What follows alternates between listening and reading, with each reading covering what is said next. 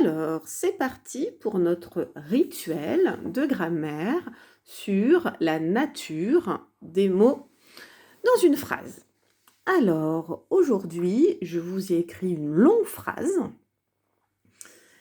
et évidemment, j'ai mis les petites étiquettes pour se rappeler toutes les natures de mots que l'on connaît. Alors, il y a le déterminant, c'est des petits mots comme un, une, le, la, mon, ta.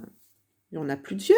Ensuite, il y a la famille des noms, les noms communs, les noms propres, des personnes, des endroits, des lieux, les pronoms personnels, je, tu, il, nous, vous, il, elle au pluriel, et puis il y a on aussi.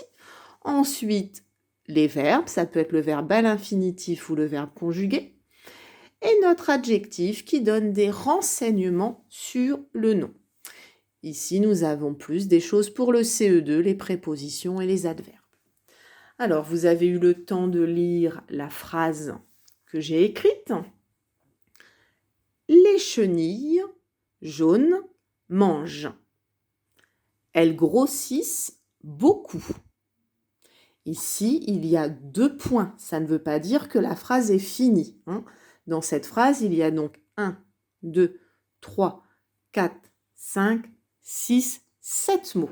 Et le point final, il est ici. Et la phrase commence bien par une majuscule. Alors, les chenilles jaunes mangent. Elles grossissent beaucoup.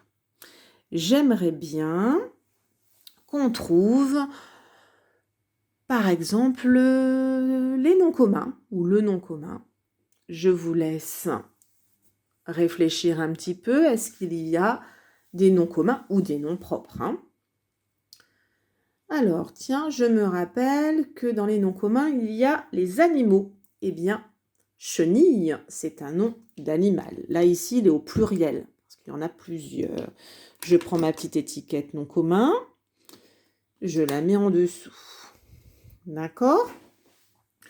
Est-ce que j'en vois d'autres ? Eh bien non, il n'y a pas d'autres noms communs. Je vais regarder s'il y a un déterminant devant le nom commun. Il y a le déterminant les, qui nous indique que c'est d'ailleurs au pluriel. C'est pour ça que chenille, je mettrai un S. Et si c'était au singulier, on dirait la chenille. Donc ici, c'est un groupe nominal au féminin pluriel. Je mets donc sous les ma petite étiquette déterminant. Je regarde maintenant. Est-ce que quelque part, il y aurait un mot qui nous donne des renseignements sur comment sont les chenilles ? Ah, je sais qu'elles sont jaunes. Jaune, c'est un adjectif qualificatif qui donne des renseignements sur le nom commun chenille. Et d'ailleurs, j'ai mis aussi, voyez, un S parce qu'en fait, tout ce groupe ici, ce groupe nominal, est au pluriel. Ok, maintenant, est-ce que je pourrais trouver un verbe, ou plusieurs verbes? Alors, je vous rappelle qu'un verbe, ce sont des mots d'action. Ah, mange.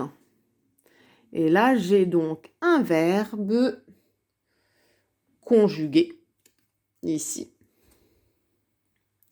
Et si je vous demandais l'infinitif, ce serait le verbe manger.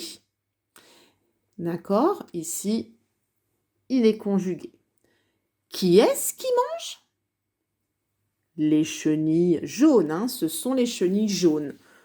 Les C1, si je vous demande le groupe sujet du verbe mange, c'est chenilles, les chenilles jaunes. Est-ce que je vois un autre verbe ? Eh bien oui, grossissent, c'est aussi un verbe. Alors par contre, je n'ai plus de ma petite étiquette du verbe conjugué avec un chapeau, dommage, il va falloir que j'en refasse une autre. Tant pis, l'essentiel c'est de savoir que c'est quand même un verbe, il est conjugué, l'infinitif ce serait grossir. Tiens, qu'est-ce qui grossissent? Ce sont les chenilles jaunes et on a remplacé les chenilles jaunes pour pas toujours répéter la même chose. On a remplacé par un pronom personnel au pluriel puisque les chenilles jaunes, elles sont plusieurs et comme c'est féminin, je vais choisir elles. Là, le sujet du verbe grossissent, c'est le pronom personnel elle. D'accord? Parce que regardez, si j'avais dit la phrase « Les chenilles jaunes mangent, les chenilles jaunes grossissent beaucoup », eh bien on répète plus souvent chenilles jaunes, donc c'est pas agréable. Donc des fois, le pronom personnel, ça évite les répétitions. Eh bien très bien, on a fini sur la nature des mots. Ah, bon allez, ce mot-là, je vous le dis, c'est un adverbe. D'accord, qui explique comment grossissent les chenilles. Eh bien, elles grossissent beaucoup. D'accord? Eh bien, voilà pour notre petit rituel sur la nature des mots.